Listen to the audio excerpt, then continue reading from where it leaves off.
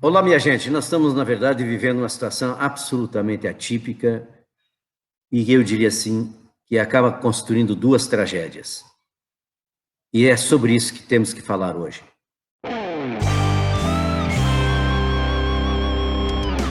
Esse assunto é tão sério, tem tanta profundidade que não dá para esgotar numa única manifestação como essa. Vamos fazer em dois tempos.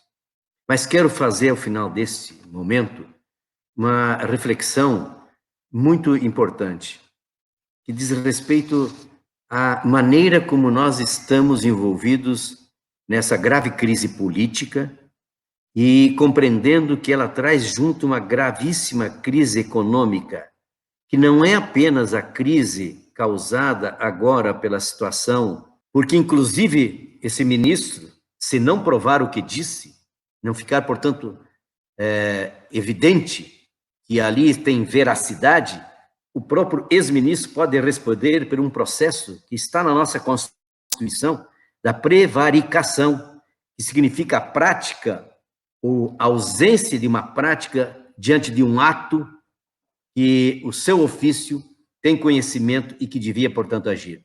Por que não agiu antes? Mas isso depende das provas ou ausência de provas que o ex-ministro da Justiça e Segurança Pública vai ter que apresentar. Mas, por outro lado, há um presidente da República que também faz um conjunto de acusações ao seu ex-ministro. Suportou o ministro até onde deu para compreender a postura dele, embora incompreensível, mas para todos os efeitos é profundamente crítico você ver agora dois se acusando. Tudo leva a crer que os dois têm responsabilidades que devem ser apuradas. Nesse momento, se acumula em nosso país a tragédia que é altamente preocupante, séria, que diz respeito, portanto, a uma questão com milhares de pessoas contaminadas, muitas pessoas morrendo. Um momento como esse, portanto, de uma situação mundial e que mostra a curva ainda ascendente em nosso país, pois esta tragédia por si está chamando, ou em tese deveria chamar, a nossa economia, a sociedade, a cultura, a sensibilidade de um lado, a solidariedade de outro. Portanto, nós tínhamos que estar, acima de tudo, colocando em primeiríssimo plano esta questão. Era preciso que nós tivéssemos, por exemplo, em Brasília, no gabinete da Presidência da República, uma espécie de permanente, de 24 horas por dia de vigilância, de atividade, de um lado capitaneados e liderados pelo próprio presidente da República e, evidentemente, a sua equipe, mas, de outro lado, também por outros poderes, e ir chamando a sociedade para uma grande coalizão, para somar essas forças, essas energias, diante de uma gravíssima situação humanitária, de saúde pública.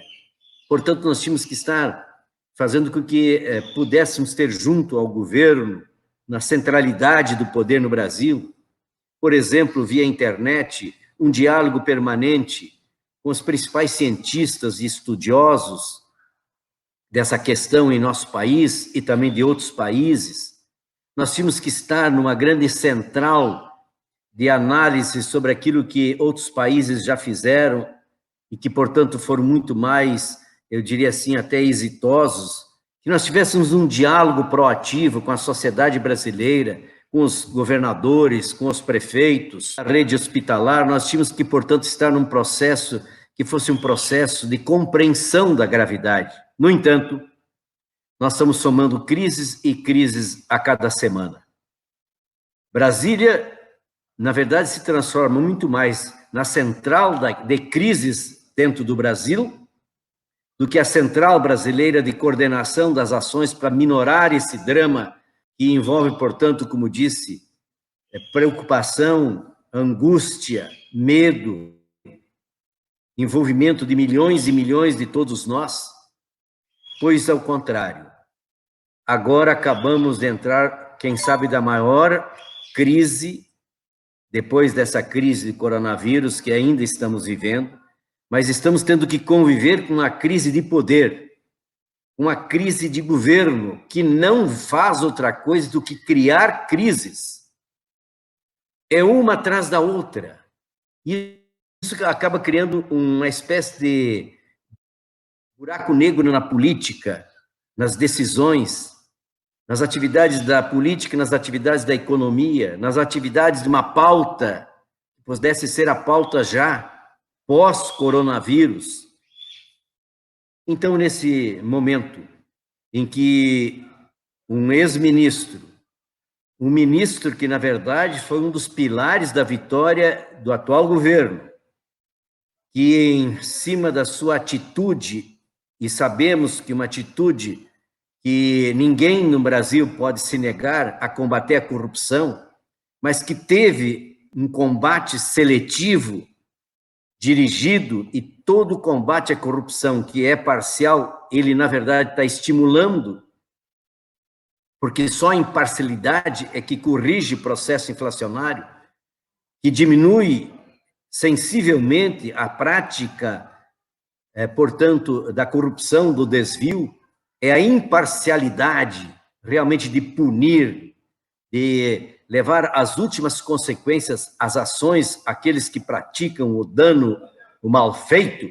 E é claro que é preciso a gente aprofundar as causas e ter, portanto, uma atitude no que diz respeito à postura do ex-ministro, repito, que foi um dos principais pilares da eleição do atual governo. Houve muito até do histórico do ex-juiz, principalmente na sua posição clara no que diz respeito nos últimos tempos com a Lava Jato. Abro um parênteses para dizer que ninguém pode ser contra a ação de combate à corrupção, ao contrário. A observação que também merece ser destacada é que a efetiva ação contra a corrupção implica num combate imparcial. Não é possível qualquer parcialidade no enfrentamento da corrupção, porque a parcialidade estimula a continuidade da corrupção por parte de alguns, porque a imparcialidade doa a quem doer. E é por essas razões que ficaram muitas interrogações sobre as atitudes que aconteceram recentemente no Brasil, no enfrentamento necessário à corrupção. Mas vamos lá. Portanto, já começaram alguns ruídos de que quem estava como juiz maior, um nome nacional ligado ao combate à corrupção, aceita deixar de ser o condutor da liderança desse trabalho para assumir um cargo político, fazer parte de um ministério, renunciando àquelas suas atividades, o que, na verdade, como o próprio Ciro Gomes, é impensável que isso viesse a acontecer em outro país. Mas no Brasil aconteceu. Pois bem, e todos tiveram as informações de que esse ministro recebeu carta branca em todos os assuntos ligados, portanto, à justiça e à segurança pública brasileiras. É nesse sentido que a gente precisa perguntar agora se havia carta branca, se havia ainda manifestação do próprio ministro que se demitiu, em janeiro, dizendo que não havia interferência do governo Bolsonaro na sua pasta. E nós estamos falando de fevereiro, março, abril, já fica esse escândalo demonstrado de que há interferência, de que havia interferência do próprio presidente da República, e essa interferência estaria, quem sabe, ligada, por exemplo, num campo, no que diz respeito à Polícia Federal, porque existe hoje no Supremo Tribunal Federal duas questões que são muito complicadas. Uma diz respeito aos inúmeros casos de fake news, portanto, dessa chamada mentira generalizada, e o outro diz respeito, evidentemente, a uma questão que pode se desdobrar no envolvimento, inclusive, de filhos do presidente da República. Fico apenas nesses dois casos, que são casos que estão mais próximos de um questionamento, de dizer, pois, de que a saída do ministro da Justiça em nosso país acabou colocando duas questões em grande conflito. Houve ou não houve interferência? Segundo, o silêncio durante muito tempo do então ministro da Justiça não seria uma conivência? Só agora que vai acontecer de maneira muito mais explícita essa reação? Além do mais, vamos analisar um outro aspecto que é preocupante. Se o ex-ministro é um dos fundadores do governo Bolsonaro e que já havia diálogos porque seria contemplado amanhã depois como um ministro da Suprema Corte do nosso país, nós não podemos esquecer que na manifestação de saída do ministro, ele faz acusações absolutamente sérias que comprometem o atual governo totalmente. Como, por exemplo, está dizendo que existem manifestações do atual governo de impropriedade administrativa, que há crimes de responsabilidade, que há obstrução à justiça, que há, portanto, manifestações muito claras que prejudicam, evidentemente, não só o exercício de uma função pública tão importante, como mostra a postura irregular, ilícita do atual governo. Agora, essa é uma briga que estamos começando a viver. É dramático isso, diante dessa crise aguda que, de novo, envolve Brasília. Por quê? Porque o Procurador-Geral da República pediu de imediato a abertura de um inquérito para, afinal de contas, ficar bem claro por parte do próprio ministro da Justiça as provas que houve intervenção do presidente Bolsonaro na Polícia Federal ou o desejo de haver essa intervenção e, por isso, a troca do diretor-geral.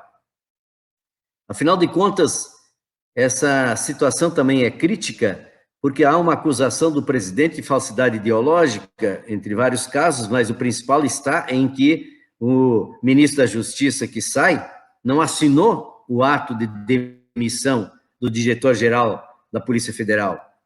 Por outro lado, há também essa acusação de coação em processos. São práticas ilícitas, para resumir. Mas, por outro lado, o próprio presidente da República, em sua coletiva longa, cheia de questões menores e todo atabalhoado, mas, na verdade, também acaba acusando. Então, são dois se acusando. Só a verdade tem que vir à tona para explicitar, quem sabe, dois se acusando com dois com responsabilidades, portanto, sujeitos a punições. Vamos ver.